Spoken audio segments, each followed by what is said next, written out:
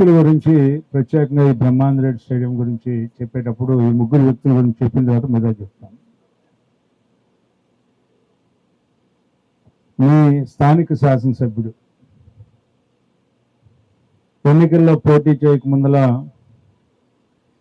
నిత్యం తిరుగుతూ ప్రజలకి అనేక రకాలైనటువంటి హామీలు ఇచ్చినటువంటి వ్యక్తి. ఎన్నికల్లో గెలిచిన తర్వాత ఈ నియోజకవర్గాన్ని అభివృద్ధి చేయాలంటే మేము గతం నుంచి కూడా 40 సంవత్సరాల నుంచి ఈ ప్రాంతానంతా కూడా చూసినటువంటి వ్యక్తిగా సాధ్యమైద్దా ఈయన చెప్పే మాటలకి చేసే పనులకి అని చెప్పి నేను అనుకుంటా ఉండేవాడిని.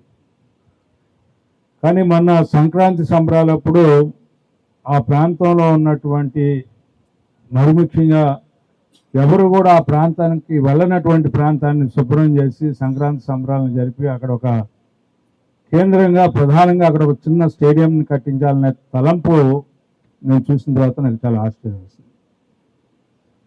గతంలో ఒక ఆలోచన ఉంది. ఈ ఆలోచనకి ఏ రకంగా శ్రీకారం చుట్టాలనేది ఎవరు చెప్పవసరం లేదు. తనని స్వయంగా స్వీయకర్తగా ఈ కార్యక్రమాలను ప్రారంభించుకోవటం అనేది తనకు తెలిసినటువంటి అంశంగా నేను మొట్టమొదటిసారిగా నజీర్ గురించి అనుకున్నటువంటి అంశం. ఆ తర్వాత మొన్న అసెంబ్లీ సమావేశాలు జరిగేటప్పుడు పక్కనే ఉంటాం, మేము కూడా వింటూ ఉంటాం ఈ సమావేశాలు ఆ సమావేశాలు. ఎందుకంటే వీళ్ళకి ప్రతిపక్షం లేదు కాబట్టి కొడతా ఉంటారు, మాకుంది కాబట్టి మధ్యలో ఆపుకుంటూ ఉంటాం, మాట్లాడుతూ ఉంటాం. ఆ మాట్లాడేటప్పుడు నజీర్ అహ్మద్ అనగానే ఏం మాట్లాడుతున్నాడా అని చెప్పి చూస్తా ఉండంటే అధ్యక్ష అంటే మొదలుపెట్టి బ్రహ్మాందరెడ్డి స్టేడియం గురించి మాట్లాడుతూ ఉన్నాడు. ఈ స్టేడియాన్ని అభివృద్ధి చేయకపోతే ప్రజలు క్షమించరు అంటే ఆయన మెల్లింగా అడుగుతా ఉన్నాడు, ఎవరు క్షమించరు అని చెప్పి అడుగుతా ఉన్నాడు. అంటే ప్రజలు క్షమించరు అని చెప్పి అంటే ఆ రకమైనటువంటి ఏ స్థాయిలో అయినా సరే ఎక్కడ ఉన్నా కూడా మన యొక్క ప్రాంత అభివృద్ధి గురించి నిరంతరం ఆలోచించే వ్యక్తి మీ స్థానిక శాసనసభ్యుడు నజీర్ అహ్మద్ గారు అని చెప్తున్నాను. మరి ఈరోజు నేను పట్నం అంతా కూడా, ఎందుకంటే నేను ఆ చివరి ఎక్కడో ఉంటాను, చివరి ప్రాంతం అభివృద్ధి జరగటం అనేది మొట్టమొదటిసారిగా ఈ మధ్య కాలంలోనే చూస్తా ఉన్నా. ఈ కూటమి ప్రభుత్వం వచ్చిన తర్వాత మా దగ్గర వరుసన శ్రీరామ్ కాలనీ అని చెప్పి ఒకటి ఉంటే దాంట్లో 15 రోడ్లు వేయించినటువంటి ఘనత మేరుదే. సిమెంట్ రోడ్లు గతంలో మామూలు మట్టి రోడ్డు ఉంటే దాన్ని కంకర్ రోడ్ చేసి కంకర్ రోడ్ తర్వాత రకరకాల ప్రయత్నాలు చేసిన తర్వాత 4 ఏళ్ళకి 5 ఏళ్ళకి ఆ ప్రాంతం అభివృద్ధి చెందేది. మరి మాధవ్ గారు మరి అదేవిధంగా మేయర్ గారు వెస్ట్లోకి వచ్చేటట్టుగా బ్రహ్మాండంగా అభివృద్ధి చేస్తా ఉన్న ప్రాంతం చూశాను. ఎందుకు ఈరోజు ఈ అంశాలు చెప్తామనంటే కూటమి నాయకత్వం అభివృద్ధి చేయటం అనేది ప్రధానంగా పెట్టుకున్నటువంటి అంశం. ఒక పక్క సంక్షేమం, ఇంకో పక్కన అభివృద్ధి జరగాలంటే ఈ రాష్ట్రంలో ఏమేమి ఉండాలని చెప్పి నిరంతరం ఆలోచించడమే కాకుండా దానికి సంబంధించినటువంటి మౌలిక వస్తువులైనటువంటి అన్ని అంశాలకి ప్రాధాన్యత ఇవ్వటమే కాకుండా పరిశ్రమలు తీసుకొచ్చి ఉపాధి కల్పించి ఉత్పాదక చేసి ఆ రకమైనటువంటి అభివృద్ధి ద్వారా ఈ సమాజాన్ని ముందుకు తీసుకెళ్లాలనే ప్రయత్నం నిరంతరం చూస్తూ ఉన్నాం. ఇక చివరి వ్యక్తి ఏమిటంటే మొట్టమొదటిసారిగా రాజకీయ కుటుంబం అయినా సరే ఎన్నికల్లో గెలిచింది మొదటిసారి అయినా మంత్రి పదవి చేపట్టిన తర్వాత ఈ మంత్రి పదవి దేనికోసం అని చెప్పి ఆలోచించి, అంటే నేను చాలామందిని చూస్తూ ఉంటాను ఈ 40 ఏళ్ళ నుంచో, ఎంతోమంది గెలుస్తూ ఉంటారు, చేస్తూ ఉంటారు. నేను చూసింది ఇద్దరు వ్యక్తుల్ని ఆ రకంగా. డాక్టర్ కోడెల శివప్రసాద్ గారు ఫండ్స్ ఎట్లా తీసుకురావాలని చెప్పి అనునిత్యం ఏ రకంగా తీసుకురావాలి, ఏ రకమైనటువంటి నూతన విధానంతో అభివృద్ధి సాధించాలని చెప్పి కొత్త ప్రయోగాలతో ఆయన ఈ సమాజ అభివృద్ధి కోసం పాటుపడినటువంటి ఒక వ్యక్తి అయితే, రెండో వ్యక్తి కొత్తగా వచ్చినా కూడా దాని ఏదో అంటూ ఉంటారు, లేటుగా వచ్చిన లేటెస్ట్గా అన్నట్టుగా మరి మా చంద్రశేఖర్ గారు, ఎందుకంటే ఆయన గురించి చెప్పుకోకపోతే మనకి అది న్యాయం కాదనే ఉద్దేశంతో చెప్పడానికి నేను ప్రయత్నిస్తా ఉన్నా. ఆ రకంగా నిధుల్ని ఇక్కడ అక్కడ అనేది కాకుండా తన యొక్క విభాగంలో కాకుండా ఎన్ఆర్జీఎస్ అంటే ఆయన గవర్నమెంట్ మినిస్టర్ కాబట్టి అవి తెచ్చుకోవచ్చు. కానీ ఈ రోజున ఫ్లైఓవర్స్ లేకపోతే ఎక్కడెక్కడ ఉన్నాయి డబ్బులు అని చెప్పి ఏ రకంగా డబ్బులు తీసుకోవచ్చుకోవచ్చు, ఏ డిపార్ట్మెంట్లో డబ్బులు ఉన్నాయి, ఆ డిపార్ట్మెంట్లో డబ్బులు ఏ రకంగా లింక్ చేయొచ్చు, ఆ రకంగా అభివృద్ధిని ఏ రకంగా సాధించవచ్చు అని చెప్పి. ఎందుకంటే తన సబ్జెక్ట్ కాకపోయినా సరే అగ్రికల్చర్ డిపార్ట్మెంట్ సంబంధించినటువంటి మా ప్రాంతంలో కోల్డ్ స్టోరేజ్ ద్వారా నష్టపోయిన రైతాంగానికి పసుపు రైతులకి న్యాయం చేసినటువంటి నాయకుడు చంద్రశేఖర్ గారు.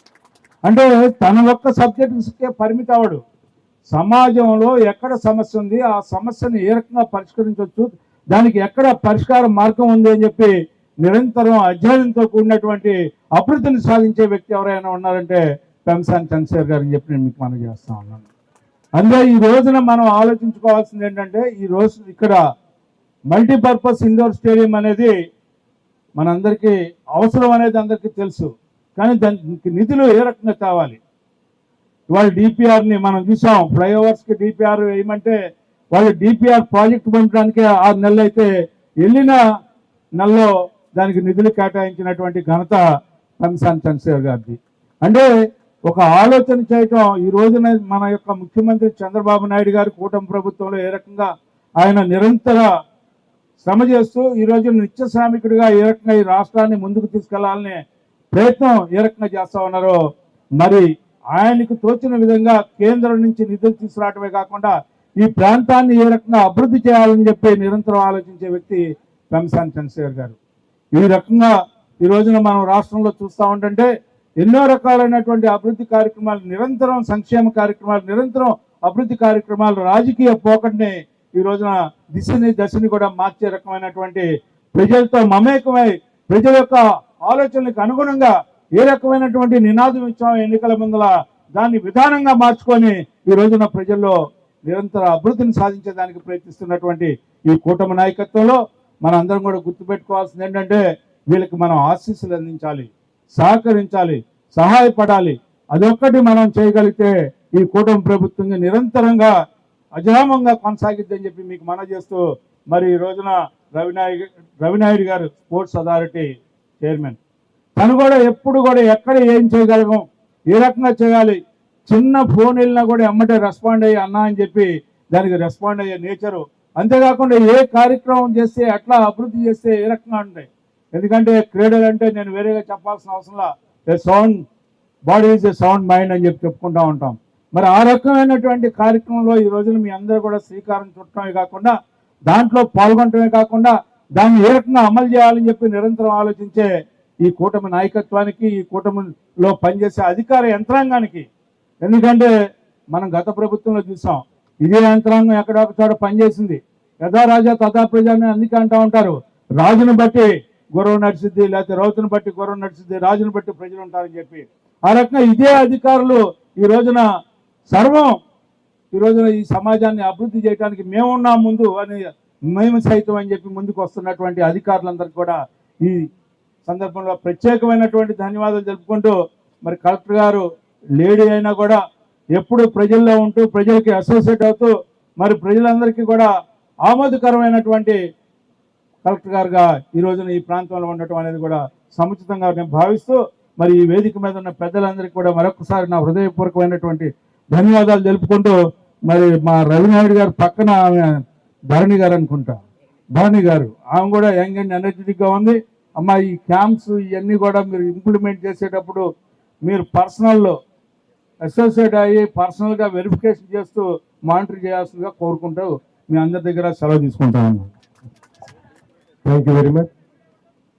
అలాగే ఈరోజు కార్యక్రమానికి మరో ముఖ్య అతిథిగా ఇచ్చేసినటువంటి సోదరుడు శాప్ చైర్మన్ ఉన్నటువంటి రవినాయుడు గారు యోగళం పాదయాత్రలో ఉదయం నుంచి సాయంత్రం దాకా ఆయన వాక్ చేసినటువంటి ప్రతి అడుగులో కూడా భాగస్వాములై కార్యకర్తల కష్టాలు, ప్రజల అవసరాలు యోగళ సారథిగా నారా లోకేష్ గారు తెలుసుకుంటే ఆయనకు చేదోడు వాదోడు ఉంటూ ప్రతి ఒక్క వ్యక్తిని